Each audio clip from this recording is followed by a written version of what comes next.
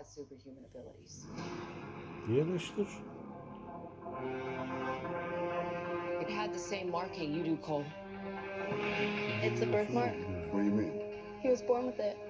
It's not a birthmark, Cole. Means you've been. Şimdi buna. Different cultures all over the world reference a great tournament Olsun of çek. champions. That dragon marking? I think it's an invitation to fight for something known.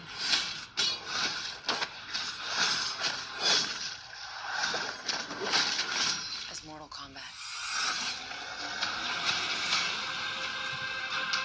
These are your champions. I'm Sonya. Oh, evidence istiyorsa başka vereyim.